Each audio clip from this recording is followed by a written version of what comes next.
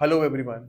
आज हम बात करने वाले हैं section number 4 of transfer of property act के बारे में, जो कि बोलता है कि टीपीए को हम इंडियन कॉन्ट्रैक्ट एक्ट के साथ हार्मनी में पढ़ेंगे। इन दोनों एक्ट्स को हम इकट्ठे पढ़ेंगे। इसमें एक और चीज बोली गई है कि सेक्शन नंबर 54, 59, 109, 123, ये जो सेक्शंस हैं इनको हम रजिस्ट्रेशन एक्ट के साथ हार्मनी में पढ़ेंगे। इन सेक्शन से आप देखोगे कि ये बोला गया है कि सेल डीड जो 100 रुपये से ऊपर की होगी, मॉर्गेज जो 100 रुपये से ऊपर की होगी, लीज डीड जो है 100 रुपये से ऊपर की होगी, जो उनको आपको कंपल्सरीली रजिस्टर करवाना पड़ेगा। ओके, तो ये जो प्रोविजंस है इनको हम रजिस्ट्रेशन एक्ट से पढ़ेंगे, के साथ पढ़ेंगे। अब सेक्शन 123 में भी गिफ्ट की रजिस्ट्रेशन की बात करी गई है, तो ऑब्वियसली सेम कॉन्सेप्ट वहां पे भी अप्लाई होगा। अब हम आते चैप्टर नंबर 2 के ऊपर। इसके सेक्शन 5 पे हम स्टार्ट करेंगे, जिसमें बात करी गई है ट्रांसफर ऑफ प्रॉपर्टी की डेफिनेशन के बारे में। इसको हम रीड करते हैं। In the following section transfer of property means an act by which a living person conveys property in present और इन फ्यूचर टू वन और मोर अदर लिविंग पर्सन्स। तो यहाँ पे एक चीज हमको समझनी है कि ट्रांसफर प्रॉपर्टी तभी होगी जब एक लिविंग पर्सन दूसरे लिविंग पर्सन को एक प्रॉपर्टी को ट्रांसफर कर रहा है। तो यहाँ पे एक कंडीशन हमको देखने को मिल रही है कि दो लिविंग पर्सन के बीच में ही ट्रांसफर ऑफ प्रॉपर्टी हो सकती है अकॉर्डिंग टू दिस एक्ट। तो आप एक डेड पर्सन को ट्रांसफर नहीं कर सकते हो, आप एक अनबॉर्न पर्सन को भी ट्रांसफर जनरल तरीके से नहीं कर सकते हो। हालांकि एक स्पेशल तरीका है, सेक्शन नंबर 13 एंड 14 में हम देखेंगे, उसको अगर आप फॉलो करते हो तो yes you can transfer to an unborn person as well. तो वो that is a kind of exception to section 5, section 13 and 14 जो हम पढ़ेंगे आगे से। Okay, but yes in general आप एक डेड पर्सन को तो कम से कम प्रॉपर्टी ट्रांसफर नहीं कर सकते हो। अब यहाँ पे एक और चीज बोली गई है कि जो ट्रांसफर ऑफ प्रॉपर्टी है ये इंटर वाइवोस होनी चाहिए। ये एग्जाम में पूछ लेता है, तो ये चीज हमको पता होनी चाहिए दैट ट्रांसफर ऑफ प्रॉपर्टी जो है वो दो लिविंग पर्सन्स के बीच में होने चाहिए, और इसको हम इंटर वाइवोस ट्रांसफर बोलते हैं। ओके, अब इसमें एक और चीज बोली गई है कि आप अगर चाहो तो प्रॉपर्टी जो है वो खुद को भी ट्रांसफर कर सकते हो। अब ऐसा कैसे हो सकता है? फॉर एग्जाम्पल एक पर्सन है जॉन। ओके, अब ये जो पर्सन है ये एक कंपनी को ओन करता है जिसका नाम भी जॉन ही है, और इस कंपनी में अकेला खुद का ही बंदा है, कंपनी नहीं है, आप मान लो सोल प्रोप्राइटरशिप है। ओके, एंड इसमें जॉन खुद अकेला ही काम करता है।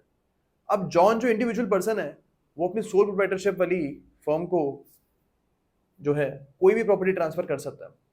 ओके, तो यहाँ पे बंदा तो एक तरीके से मान लो सेम ही है, बट उसकी कैपेसिटी डिफरेंट है। एक कैपेसिटी उसकी इंडिविजुअल कैपेसिटी है, एंड सेकंड कैपेसिटी में वो सोल प्रोप्राइटर है। तो here also he can transfer the property. या फिर अगर जॉन चाहे तो अपनी जो फर्म है उसको ट्रांसफर कर सकता है, साथ में कुछ प्रॉपर्टी वो बी को भी ट्रांसफर कर रहा है एक ही ट्रांजेक्शन में, तो ये चीज भी अलाउड है। ओके,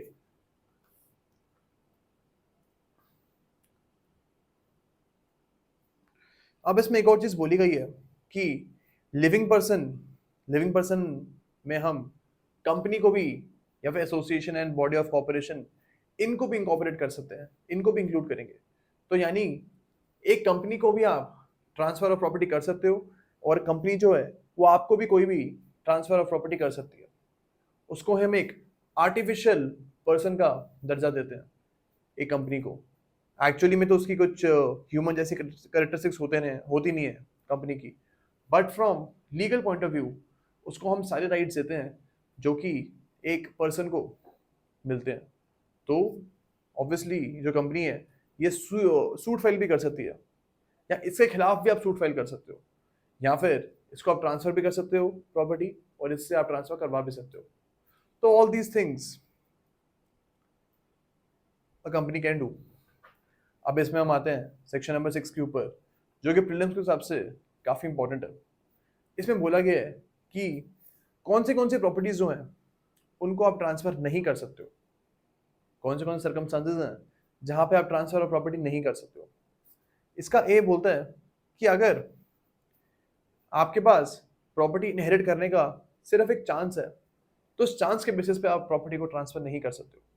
फॉर एग्जाम्पल, एक पर्सन है, इसको लगता है कि जिसके फादर हैं बी, ये जल्दी मरने वाले हैं और इनकी जो प्रॉपर्टी है वो ए को मिलने वाली है। इस थॉट के ऊपर उसने प्रॉपर्टी सी को बेचने का ट्राई किया, सेम प्रॉपर्टी। तो क्या ये ट्रांजैक्शन वैलिड है? यहाँ पे this transaction is not valid because जो इनहेरिटेंस का राइट है ए के पास वो सिर्फ एक चांस है। जरूरी नहीं है कि बी की प्रॉपर्टी ए को ही मिल जाएगी। बी अपनी प्रॉपर्टी किसी ट्रस्ट को भी दे सकता है, किसी को भी दे सकता है वो चाहे तो। That is why this mayor chance, इसके ऊपर आप प्रॉपर्टी ट्रांसफर नहीं कर सकते। तो ये इस कॉन्सेप्ट के बारे में इसको क्या बोलते हैं? इसको हम बोलते हैं स्पेस सक्सेशनिस्ट। ओके, तो यहाँ पे you can not transfer this property. B इसका बोलता है a mere right of re-entry can not be transferred. Suppose एक लैंडलॉर्ड है और उन्होंने बी को रखा हुआ प्रॉपर्टी के ऊपर एज अ टेनेंट। अब यहाँ पे ए ने बोला हुआ है कि जब अगर आप रेंट नहीं दोगे, अगर आप रेंट नहीं दोगे तो फिर जो प्रॉपर्टी है इसमें मैं वापस री एंट्री कर लूंगा, वापस मैं आ जाऊंगा और आपको मैं निकाल दूंगा। अब this right of mayor re entry, इसको एक ट्रांसफर सी को नहीं कर सकता या किसी को भी नहीं कर सकता because this is prohibited by section 6 sub clause B. अब हम आते हैं इसके डी के ऊपर। इसमें बोला गया है कि अगर आपका एक प्रॉपर्टी के ऊपर लाइफ इंटरेस्ट है, सपोज ए ने बी को एक प्रॉपर्टी ट्रांसफर करी है जिसमें उसने उसको बोला है कि इसमें आप जिंदगी भर रह सकते हो, लेकिन आप इसको ट्रांसफर नहीं कर सकते हो। यहाँ पे बी का सिर्फ लाइफ इंटरेस्ट है, जब तक वो जिंदा तब तक उस प्रॉपर्टी में वो रह सकता है। इस प्रॉपर्टी को वो किसी थर्ड पर्सन को ट्रांसफर नहीं कर सकता बी। ओके, सपोज सी को करना चाहे अगर transfer, then he cannot do it इट। अब डी, इसका जो डी है वो ये बोलता है कि जो राइट ऑफ फ्यूचर मेंटेनेंस है उसको भी आप ट्रांसफर नहीं कर सकते हो। सपोज कोर्ट ने बोला है ए को कि आप हर महीने अपने वाइफ बी को कुछ मेंटेनेंस का अमाउंट दोगे। सपोज अभी मार्च चल रहा है, ओके, अब अगर बी चाहे तो वो ये नहीं कर सकती है कि जून और जुलाई की मेंटेनेंस को किसी थर्ड पर्सन को ट्रांसफर कर दे। तो right of future maintenance can not be transferred. अब ये मेंटेनेंस जो है ये ड्यू हुई नहीं है और इसको आप इसलिए ट्रांसफर नहीं कर सकते हो। ओके,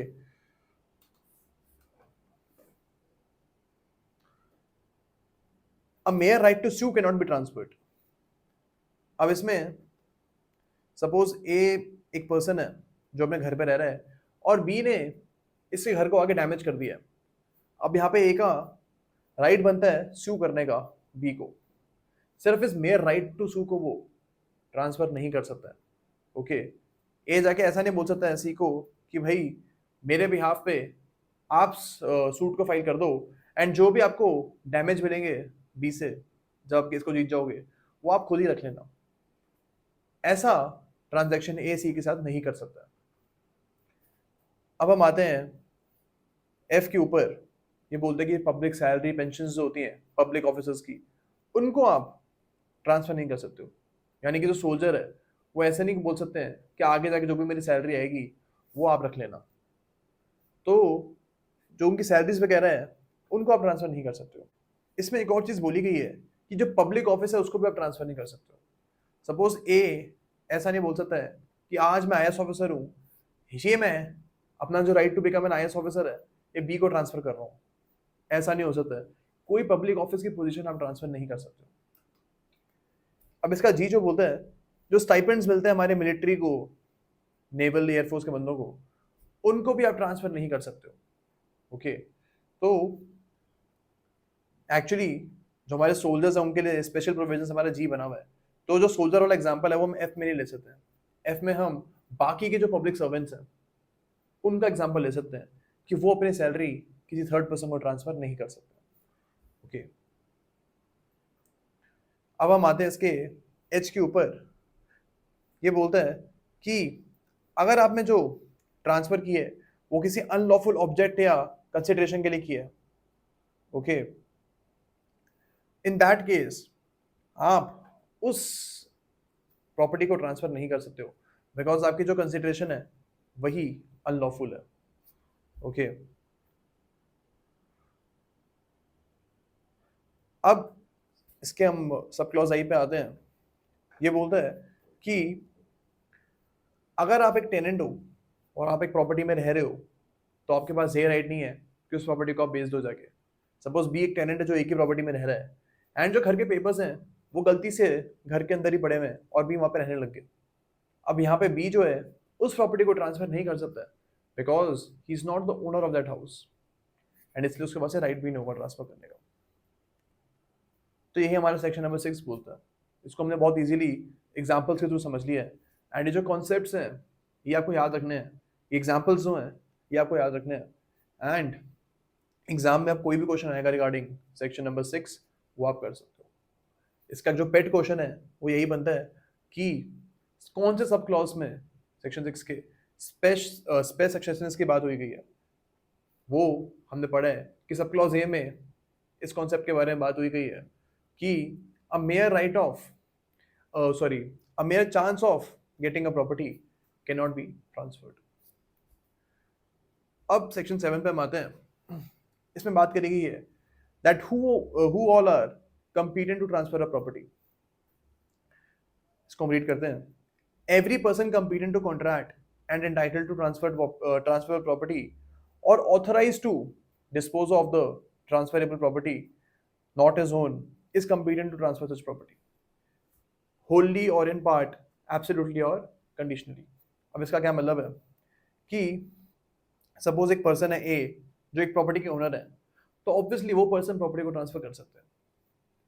साथ ही साथ अब एक पर्सन ए है, इन्होंने बी को पावर ऑफ अटॉर्नी दी हुई है कि आप मेरे बिहाफ पे मेरी कोई भी प्रॉपर्टी को ट्रांसफर आप कर सकते हो। यहाँ पे बी जो है वो प्रॉपर्टी के ओनर तो नहीं है लेकिन उनके पास एक राइट आ गया है ए की प्रॉपर्टी को बेचने का, तो यहाँ पे B can also transfer that property. और यहाँ पे एक और चीज बोली गई है कि आप प्रॉपर्टी का एक छोटा सा हिस्सा भी ट्रांसफर कर सकते हो और पूरी की पूरी प्रॉपर्टी को भी आप ट्रांसफर कर सकते हो। सो प्रॉपर्टी होली और पार्टली दोनों तरीके से आप ट्रांसफर कर सकते हो। और एक और चीज इसमें बोली गई है एब्सोल्युटली और कंडीशनली।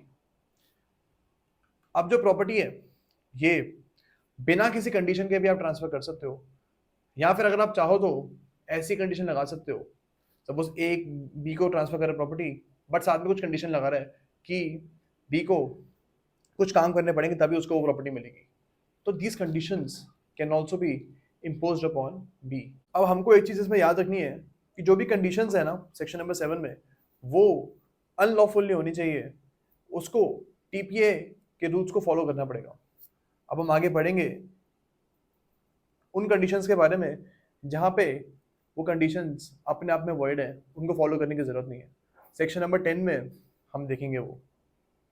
इवन 11 और 12 में भी यू कैन सी 10, 11, 12 जो है उनमें हम उन कंडीशंस के बारे में पढ़ेंगे, ओके। अब हम आते हैं सेक्शन नंबर 8 के ऊपर। इसमें बात करी गई है कि अगर आप एक लैंड बेचते हो, मशीनरी बेचते हो या कोई प्रॉपर्टी वगैरह बेचते हो तो जब आप वो चीज़ बेचोगे तो साथ साथ में और कौन सी चीज़ें आप ट्रांसफर करोगे विद दैट लैंड और प्रॉपर्टी। फॉर एग्जाम्पल इसमें बोला गया है कि अगर आप लैंड को ट्रांसफर कर रहे हो तो साथ में आप जो है ईजमेंट्स, रेंट और प्रॉफिट जो है उस लैंड से जुड़े हुए उनको भी आप ट्रांसफर करोगे, ओके। सो अगर सपोज ए है वो बी को एक अपना लैंड बेच रहे हैं तो यहाँ पे जो उस लैंड से रेंट आएगा उसको कलेक्ट करने का जो राइट है वो भी A will sell to B. But obviously कोई कॉन्ट्रैक्ट होगा अगर सपोज कि ए ऐसा बोले कि लैंड तो आपको मैं ट्रांसफर कर रहा हूँ लेकिन जो रेंट है वो मैं ही लेता रहूंगा इस लैंड के ऊपर से, ऐसा अगर कोई कंडीशन ए लगा रहा है कॉन्ट्रैक्ट के अंदर तो फिर वो लगा सकता है। लेकिन अगर ऐसा कोई कॉन्ट्रैक्ट नहीं हुआ है इन दैट केस हम ये मान लेंगे कि लैंड के साथ साथ राइट टू कलेक्ट रेंट भी चला गया, ओके। अब इसमें एक और चीज़ बोली गई है कि अगर आप एक मशीनरी को ट्रांसफर कर रहे हो तो साथ में जो मूवेबल पार्ट्स है उस मशीनरी के वो भी हम मान लेंगे कि ट्रांसफर हो चुके हैं, ओके। इसमें ये भी बोला गया है कि अगर आप एक घर को बेच रहे हो, घर का आप ट्रांसफर कर रहे हो, तो उस घर के जो भी रेंट है, लॉक्स हैं, कीज हैं, बार्स हैं, डोर्स एंड विंडोज हैं, इन सबको भी आप ये मान लेंगे कि घर के साथ ही आप ट्रांसफर कर रहे हो। ओके, सो ऑब्वियसली अगर कोई कॉन्ट्रैक्ट अलग है तो उसको हम कॉन्ट्रैक्ट को मानेंगे। सपोज ये कॉन्ट्रैक्ट बोलता है कि घर तो हम बेच रहे हैं, लेकिन जो भी इस घर की चाबियां हैं वो हम घर के साथ नहीं बेचेंगे। सपोज ऐसा कोई कॉन्ट्रैक्ट है, तो यहाँ पे अगर इस कॉन्ट्रैक्ट को इन्फोर्स किया जा सकता है तो इसको हम इन्फोर्स करवाएंगे। लेकिन अगर ऐसा कोई भी कॉन्ट्रैक्ट नहीं बना है तो हम मान लेंगे कि घर जो जो जो चीज़ें लिखी हुई हैं यहाँ पे, वो भी घर के साथ साथ ही आप ट्रांसफर करोगे। अब इसमें एक और चीज़ बोली गई है, उसको भी हम एग्जाम्पल से समझते हैं, इसके फोर्थ पैरा को। सपोज ए जो है, इन्होंने इनको बी से कुछ पैसे उधार लेने हैं। ओके, इन्होंने बी को 1 करोड़ रुपए दिए थे एंड अब बी को ये वापस करने हैं। बी ने कुछ सिक्योरिटी भी ए के पास जमा कराई हुई है, जिसके बेसिस पे उसने ए ने जो है बी को लोन दिया है। सपोज बी ने अपना घर जो है वो एज सिक्योरिटी ए के पास जमा कराया हुआ है। अब आगे जाके होता क्या है कि ए अपना right to collect 1 crore rupees from B C को बेच देता है।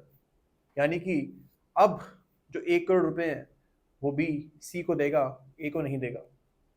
अब जब यहाँ पे ए ने अपना right to collect 1 crore rupees C को ट्रांसफर कर दिया, तो साथ ही साथ जो सिक्योरिटी पड़ी हुई है ए के पास, घर के बारे में जो हमने बात करी है, वो घर भी एज सिक्योरिटी वो सी को ट्रांसफर कर देगा। यानी कि अगर बी पैसे वापस नहीं कर पाता सी को, इन दैट केस सी जो है घर को बिकवा सकता है एंड जो भी पैसा निकलेगा वो अपने पास वो रख सकता है। ओके, अब इसमें एक और चीज बोली गई है कि अगर कोई पैसे को या फिर आप ऐसी प्रॉपर्टी को ट्रांसफर कर रहे हो जिसमें से पैसा आता है, इनकम आती है कुछ, तो फिर जो भी इनकम आएगी उस प्रॉपर्टी से, उसको भी आप साथ ही साथ ट्रांसफर कर दोगे। ओके,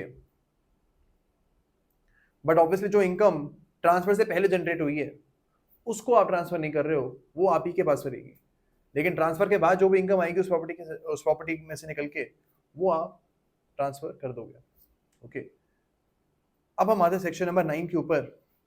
इसमें बोला गया है कि a transfer of property may be made without writing in every case in which writing is not expressly required by law. तो यानी कि ट्रांसफर ऑफ प्रॉपर्टी में जरूरी नहीं है कि हर जगह पे रिटर्न ही आपको ट्रांसफर करना है, ओरली भी आप ट्रांसफर कर सकते हो। लेकिन जहां जहां पे हम देखेंगे कि ऐसा लिखा हुआ लॉ ने कि यहाँ पे आपको ट्रांसफर अगर करना है तो रिटर्न में करना पड़ेगा और साथ में आपको रजिस्ट्री भी करवानी पड़ेगी, तो जहाँ जहाँ ये लिखा है then you will have to follow it. Suppose section number 54 में लिखा हुआ है कि अगर आप 100 रुपये से ऊपर की चीज़ को बेच रहे हो, इमूवेबल प्रॉपर्टी को अगर आप बेच रहे हो, इन दैट केस आपको एक रिटर्न डॉक्यूमेंट में प्रिपेयर करना पड़ेगा, सेल डीड आपको रिटर्न में प्रिपेयर करनी पड़ेगी और उसको आपको रजिस्टर भी करवाना पड़ेगा। अब यहाँ पे ओरली आप उस प्रॉपर्टी की सेल नहीं कर सकते हो। ओके, बट यस अगर ये चीज़ नहीं लिखी होती उस पर्टिकुलर सेक्शन में, देन आप ओरली भी इस घर को बेच सकते थे। अब हम आते हैं सेक्शन नंबर 10 के ऊपर। इसमें हम पढ़ेंगे कि कौन सी कंडीशंस जो है वो वॉइड होंगी। इसका हम एग्जांपल समझते हैं। सपोज ए जो है वो बी को बोलता है कि आप मेरा घर ले लो और इस घर को आप कभी भी जिंदगी भर बेच नहीं सकते हो एंड अगर आप मर जाओगे उसके बाद भी जो आपके लीगल रिप्रेजेंटेटिव्स हैं वो इस घर को नहीं बेच सकते हैं। ये कंडीशन इन्हें लगाई थी। अब सेक्शन 10 बोलता है कि ये जो कंडीशन इन्हें लगाई है ये वॉइड होगी, बट यस जो ट्रांसफर है प्रॉपर्टी का वो तो वैलिड होगा। तो ए के पास जो ए है वो बी को प्रॉपर्टी यहाँ पे ट्रांसफर तो कर देगा, लेकिन बी को जो कंडीशन है उसको मानने की जरूरत नहीं है बिकॉज वो कंडीशन इज वॉइड। ओके, लेकिन यहाँ पे एक और चीज लिखी हुई है कि सपोज कोई ऐसी कंडीशन है जो लेसर को बेनिफिट कर रही है। सपोज एक बंदा है, एक लेसर है, इसने एक लीज पे बंदा रखा है बी को जो कि लेसी है, जो उस प्रॉपर्टी में लीज पे रह रहा है। ए ने बोला है कि भाई आप अपनी लाइफ तक, जब तक आप जिंदा हो तब तक आप इस प्रॉपर्टी को लीज पे अपने पास रख सकते हो एंड जब आप मर जाओगे तब जो ये लीज है ये एंड हो जाएगी।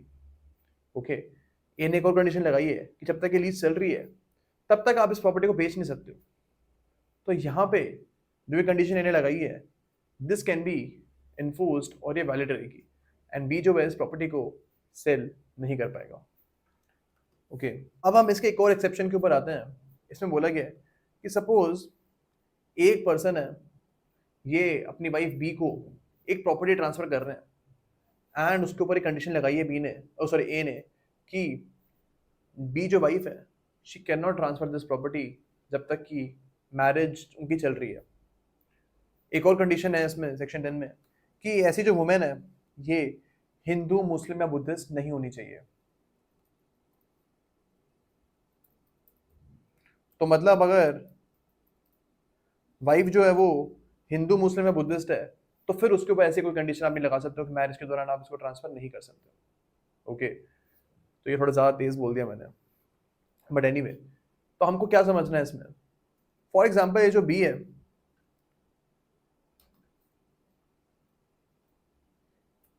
ये जो बी है ये क्रिश्चियन है, क्रिश्चियन है ये बी जो है, एंड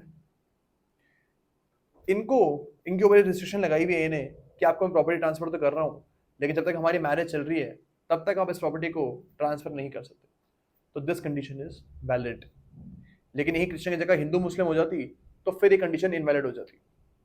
ओके, तो ये कंडीशन क्यों लगाई थी? That is because British times में majority of people were Christian, जो ब्रिटिशर्स थे हमारे वो क्रिश्चियन थे, तो क्रिश्चियन मेन को प्रोटेक्ट करने के लिए ये प्रोविजन लाया गया था। ओके, तो यही चीज हमको समझनी है सेक्शन 10 में।